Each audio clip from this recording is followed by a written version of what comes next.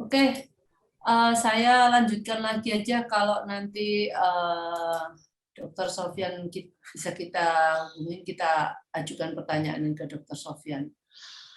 Nah, seperti saya tadi ada beberapa informasi bagaimana tsunami yang sudah terjadi di negara India itu terjadi, ya seperti yang dikatakan oleh Dr. Ali.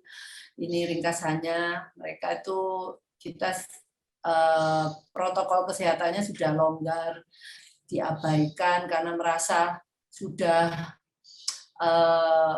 seperti balik ke normal, padahal mereka masih jauh dari normal. Tingkat vaksinasinya masih rendah ya waktu itu di India. Nah, terus penyebaran varian mutasi baru ini lebih cepat menular, maka dari itu bisa jadi seperti yang di India. Itu pun yang terjadi di tempat kita. Nah, banyak daerah, memang kita bermacam-macam daerahnya. Saya lihat kalau yang longgar itu, ya saya nggak tahu kenapa mereka itu sangat berani. Ya, mungkin itu ada hubungannya dengan tingkat kesadaran kita bahwa bahaya COVID ini nyata buat kita, bukan hanya impian sesaat ini. Oke, sekarang umpamanya kita mau membicarakan bagaimana caranya mencegah aja supaya COVID ini nggak terus-terusan menjajah kita. Nah, salah satunya kita punya beberapa cara di sini. Herd immunity ini udah pernah dijelaskan oleh Dr. Ali waktu webinar, Zoominar tanggal bulan Mei ya. Nanti kita bicarakan kembali, mungkin ada orang-orang yang baru yang belum pernah mendengarkan Dr. Ali waktu bulan Mei itu.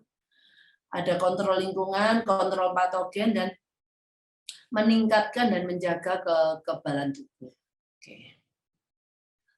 Apa sih itu herd immunity? Herd immunity itu adalah imunitas kelompok, kekebalan kelompok yang dimana kita bisa mengukur bahwa kawanan ini menjadi kebal terhadap suatu penyakit, membuat penyebaran penyakit dari orang ke orang tidak mungkin terjadi.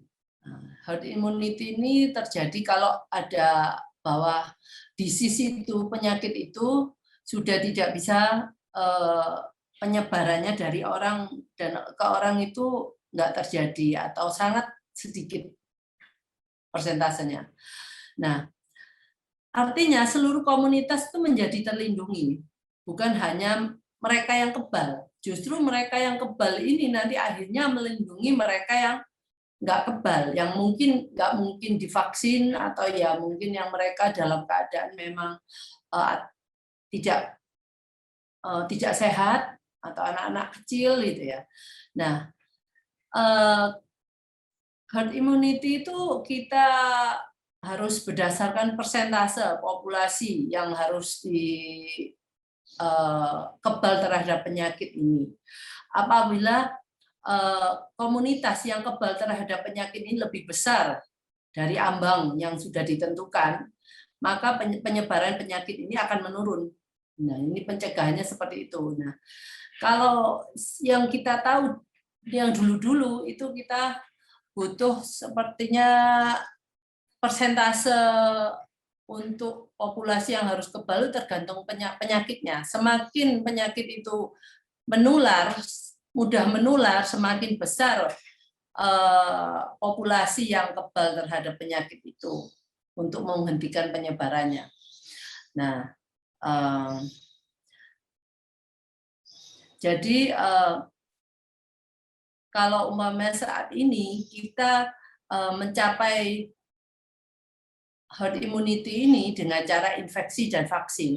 Nah, infeksi ini berarti terjangkit penyakit itu sendiri, dan vaksin itu adalah vaksin yang kita peroleh. Nah, yang kalau saya mendengar kalau nggak salah 50% ya, Dok ya, dari masyarakat kita yang harus bisa menjadi kebal terhadap penyakit ini. either itu melalui infeksi atau vaksin.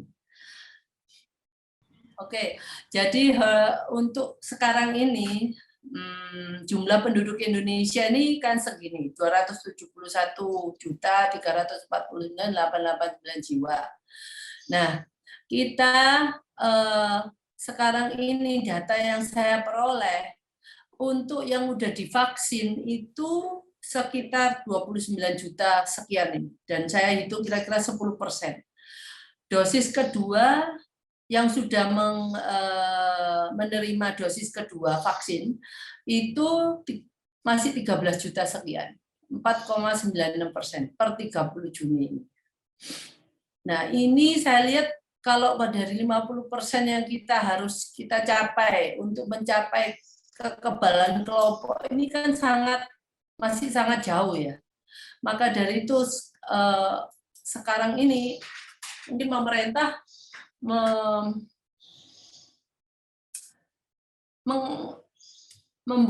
menggalakkan penerima vaksin sampai anak-anak yang 12 tahun ke atas. Nah, kenapa hal ini terjadi? Mungkin banyak, seperti yang kita tahu, banyak kelompok orang yang menolak untuk divaksin karena banyak isu yang vaksin itu bisa membuat setelah vaksin meninggal, atau vaksin ini adalah sesuatu yang hanya alat untuk membuat, saya nggak bisa ngomong deh itu. Itu sesuatu yang menurut saya itu isu-isu yang tidak bertanggung jawab yang dilemparkan orang, dan orang-orang yang tidak bisa mendigest informasi dengan bagus menerimanya begitu saja. Padahal hal-hal itu nggak masuk akal gitu loh. Nah, dengan komposisi kita seperti ini, masih 10%-an yang divaksin, maka herd immunity akan sulit tercapai, gitu ya. Karena kita masih belum mencapai ambang batas kekebalan kelompok yang 50% itu.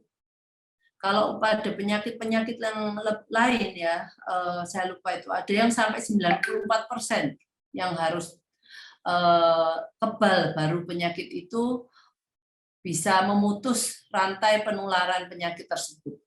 Nah, untuk COVID ini, herd immunity ini juga kalau terlalu harus tercapai secara dalam waktu singkat. Kalau terlalu lama ya kita semua akan terpapar kena COVID ini.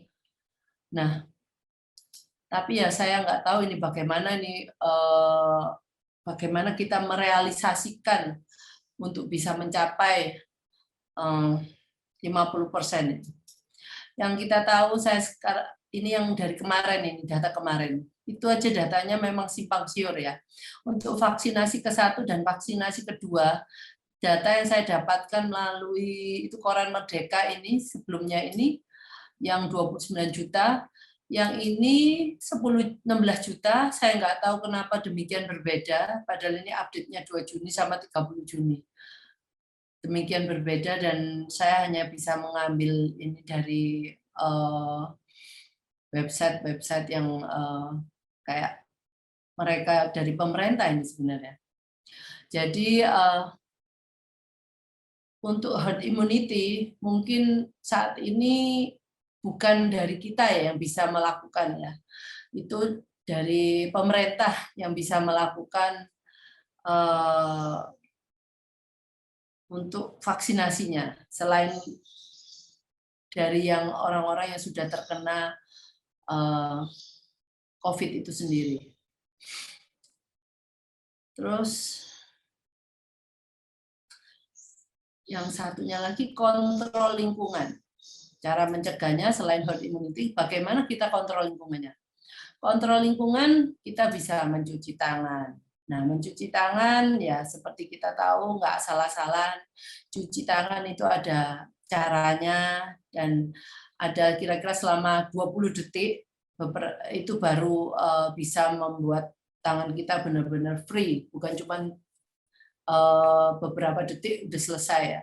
Dan kita lakukan itu pada waktu sebelum masak, sebelum makan, atau setelah menggunakan kamar mandi, setelah menutup hidung pada saat kita bersin atau batuk. Nah, untuk membunuh virus dan kuman-kuman lainnya, gunakan sabun dan air atau pembersih tangan dengan alkohol setidaknya dengan kadar 60%. Jadi bisa dengan mencuci tangan dengan sabun ini, nanti juga bisa memakai alkohol atau desinfektan. Ya.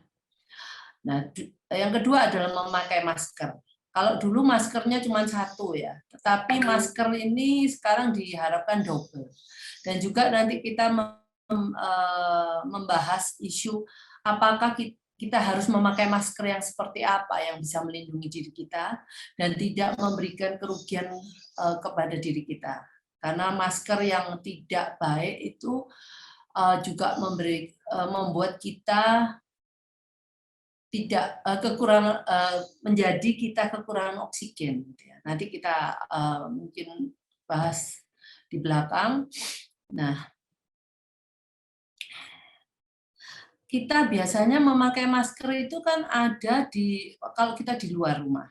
Begitu di dalam rumah kita lepas masker kita. Tetapi kita bisa mungkin harus memakai masker di dalam rumah kalau terdapat anggota keluarga yang terinfeksi COVID-19 atau COVID apapun lah.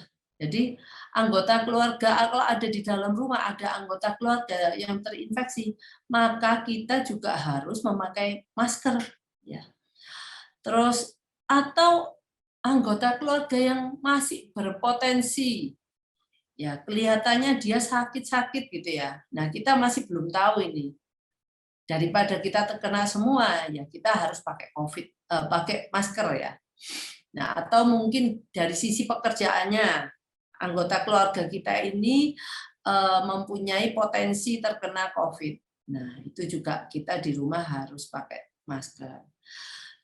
Terus atau kita mengalami kok saya tuh kayak badannya kok nggak enak sesuai dengan gejala-gejala orang yang kena COVID ya, mungkin hilang penciuman atau apa. Nah, itu juga kita juga sebagai yang sakit, kita juga yang harus pakai masker, selain juga orang-orang sekitarnya. Atau kita kita dalam ruangan yang kita tidak bisa menjaga jarak. Nah, itu juga yang jarak 2 meter ya, itu kita harus pakai masker. Mungkin kita dalam satu ruangan yang sempit, mau nggak mau, meskipun itu di dalam rumah, ya selain dengan atau di dalam kantor, buat apapun bangunannya. Nah, kalau kita ada social distancing-nya udah nggak bisa tercapai, ya kita harus memakai COVID. Nah, mungkin untuk menjaga jarak, kita tahu 2 meter, menjauhi kerumunan, itu kita harus pandai-pandai memilih tempat yang akan kita pergi pada waktu kita keluar rumah. Apakah itu perlu untuk sesuatu yang kerumunan yang seperti apa? Nah, Anda atau kalau kita semua aware terhadap menjauhi kerumunan itu, maka kita tidak akan turut menularkan virus itu. Karena seperti yang kita tahu dari seminarnya Dr. Ali yang bulan Mei, virus itu sebenarnya nggak bisa jalan. Yang bisa jalan itu ya karena kita yang membawa virus itu, kita berjalan dari satu tempat ke tempat yang lainnya. Nah, itu yang membuat virus itu jadi menular kemana-mana. Jadi kita yang membawa mereka. Sebenarnya mereka nggak bisa jalan sendiri gitu. Nah, halo Dr. Ali, mungkin ya. Dr. Ali ada yang mau dipaparkan? Oke. Banyak yang dipaparkan. Jadi nomor 1 mencuci tangan. Ini kan aku pakai topik ya. Mencuci tangan tadi memang benar 20 menit, tetapi sabunnya harus yang benar juga gitu loh. Jangan asal sabun. Kan ada sabun yang cuma wangi doang, tapi nggak punya sifat untuk antiseptik atau apa ya jangan. Pakai sabunnya yang proper gitu ya. Syukur-syukur yang mengandung antiseptik. Jadi yang sudah pasti lebih benar gitu. Kemudian mencuci tangan tadi, kalau misalnya kita ngomong pakai alkohol, kalimat yang sedikitnya 60% itu kita nggak pernah dengar Bu Mifi. Jadi kalau kita di kedokteran itu diajarinya 70% dan nggak boleh lebih dari 70%. Jadi hati-hati. Kalau tadi kan kalimatnya seakan-akan setidaknya 60%, itu kok di kita enggak ya, di kita 70%. Terus kita malah nggak dianjurkan tuh, kalau kita di pasaran kan ada dua ya, 70 sama 96 kalau nggak salah ya. Atau 90% aku lupa. Tapi itu nggak kita pakai.